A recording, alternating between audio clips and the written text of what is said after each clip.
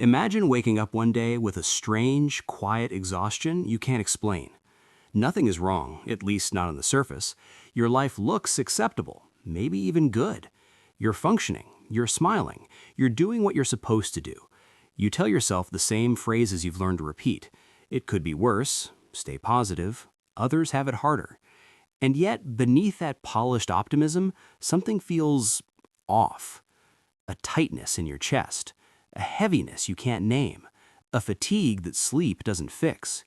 You scroll past motivational quotes telling you to choose happiness. You hear advice insisting that negativity is a choice, that pain is just a mindset problem, that gratitude should silence discomfort. So you comply. You nod. You push the unease down. You remind yourself to smile. Again. But here's the unsettling question. What if the constant demand to be positive is not healing you, but slowly hollowing you out? What if the optimism you cling to is not strength, but avoidance? What if the smile you wear is not resilience, but armor?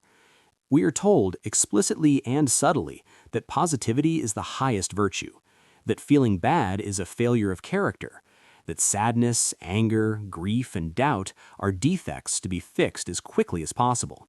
We celebrate those who stay strong and quietly distance ourselves from those who express pain for too long. We reward emotional neatness. We punish mess. So you learn early how to translate your inner chaos into socially acceptable language. I'm fine. I'm just tired. It'll pass. And maybe it does pass for a while, but it never truly leaves. Because emotions don't disappear when ignored. They wait. They sink deeper. They change form. Here's the paradox no one warns you about. The more desperately you chase positivity, the more disconnected you become from yourself. You begin to fear your own inner world. You start policing your thoughts, correcting them mid-sentence like an internal censor. If something hurts, you immediately search for a silver lining. If anger rises, you shame yourself for not being more evolved. If grief lingers, you tell yourself you should be over it by now. But who decided there was a deadline for pain? At what point did feeling deeply become something we must apologize for? Imagine living in a house where every alarm is disabled because the sound is unpleasant. The fire still comes, the damage still spreads, you just don't hear the warning anymore. This is what forced positivity does to the psyche. It silences the signals meant to protect you, guide you, and tell you when something is wrong. And yet positivity feels good, at least temporarily. It offers relief, control, a sense of superiority over suffering. It promises that if you think the right thoughts, you can outrun uncertainty, vulnerability, and loss. That pain is optional, that darkness is a personal failure. But what if pain isn't the enemy? What if discomfort is not a malfunction, but information? What if the emotions you're trying to fix are actually trying to speak? There's a reason why the most unsettling moments often arrive when everything seems fine on the outside, when you're doing all the right things, when you're being positive. Because that's when the gap between your inner reality and your outer performance becomes unbearable. You begin to feel like an actor in your own life, reciting lines you didn't write, smiling on cue, suppressing anything that might disrupt the narrative of progress and success. You don't collapse. You don't break down dramatically. Instead, you fade, quietly, politely, functionally. And that might be the most dangerous form of suffering there is, the kind that hides behind productivity, politeness, and optimism. So ask yourself honestly, without judgment, when was the last time you allowed yourself to feel something without immediately trying to transform it into something positive? When was the last time you listened to discomfort instead of silencing it? What parts of you have been exiled in the name of happiness? Because the cost of always being positive is rarely obvious at first. It doesn't announce itself as destruction. It presents itself as strength, as maturity, as growth. Until one day you realize you don't know what you actually feel anymore, only what you're supposed to feel. And that realization is where the real story begins. The problem isn't positivity itself, it's compulsory positivity, the quiet belief that certain emotions are unacceptable, dangerous, or shameful. This belief didn't appear accidentally. It was cultivated, refined, and rewarded over time, woven into psychology, culture, productivity, and even morality. To understand why always being positive feels so necessary and so suffocating, you have to look beneath the slogans and into the architecture of the human mind. At the psychological level, forced positivity functions as a defense mechanism. When something hurts, the psyche looks for ways to regain control. Pain feels chaotic, unpredictable, and threatening. Positivity offers structure. It promises order. It says, if I think the right thoughts, I won't have to feel this. But the mind was never designed to eliminate discomfort, only to survive it. Early in life, you learn which emotions are rewarded and which are punished. Joy is welcomed. Sadness is tolerated briefly. Anger is discouraged. Fear is embarrassing. Grief is acceptable only if it's quiet and temporary. Over time, this conditioning becomes internalized. You stop needing others to silence you. You do it yourself. This is where the shadow begins to form. Carl Jung described the shadow as the parts of the psyche we reject because they don't align with who we believe we're supposed to be. The shadow isn't evil, it's unacknowledged, and forced positivity feeds it relentlessly. Every good vibes only mantra pushes more of your authentic emotional life into darkness. Anger becomes resentment. Sadness becomes numbness. Fear becomes anxiety.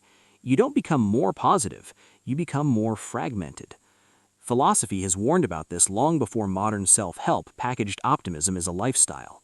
Friedrich Nietzsche saw forced optimism as a weakness masquerading as virtue. To him, denying suffering wasn't enlightenment, it was cowardice. Life, in his view, was inherently tragic, and meaning emerged not by avoiding pain, but by confronting it honestly. Yet modern culture does the opposite. It treats suffering as a glitch in the system, something to be fixed quickly so you can return to being useful. This attitude aligns disturbingly well with what Arthur Schopenhauer observed about human desire.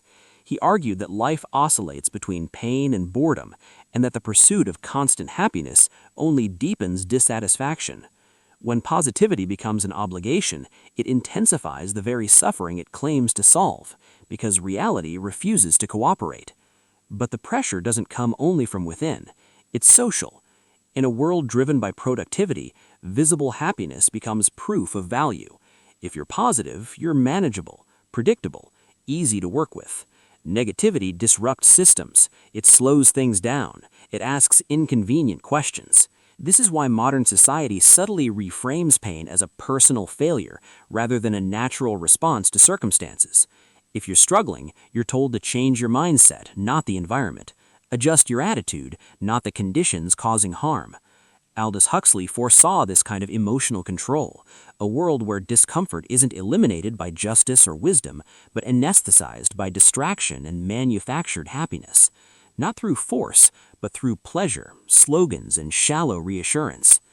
And perhaps most insidiously, forced positivity creates existential guilt. If happiness is a choice, then suffering becomes your fault. This is where Jean-Paul Sartre becomes relevant. Sartre argued that humans are condemned to freedom, that we are responsible for how we respond to life. But responsibility without compassion becomes cruelty. When freedom is misunderstood, it mutates into blame. You're no longer allowed to struggle, you're expected to perform resilience. Even meaning itself becomes conditional. Viktor Frankl believed that meaning could be found even in suffering, but never that suffering should be denied. Meaning emerges through honest confrontation with pain, not by pretending it doesn't exist. When positivity bypasses meaning, it becomes empty optimism, loud, fragile, and desperate.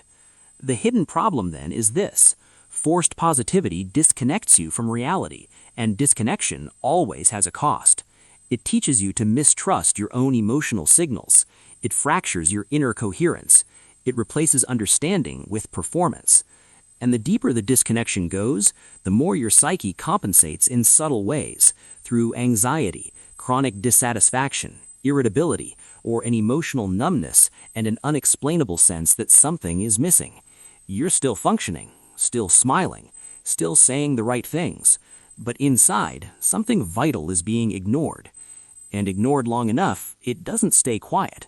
It begins to shape your life from the shadows. The most dangerous consequences of forced positivity are not loud.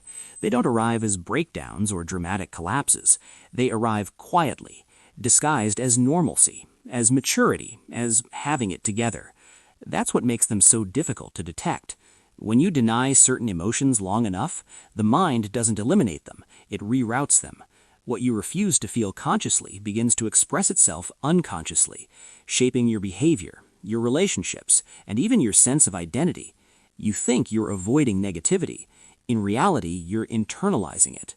One of the first consequences is emotional numbness, not peace, absence. You stop feeling extreme sadness, but you also stop feeling deep joy. Everything flattens. Life becomes manageable but muted. You function, but you don't feel alive. This happens because the nervous system doesn't understand selective suppression. You cannot shut down pain without also dulling pleasure. The same system that allows you to experience grief is the one that allows you to experience meaning.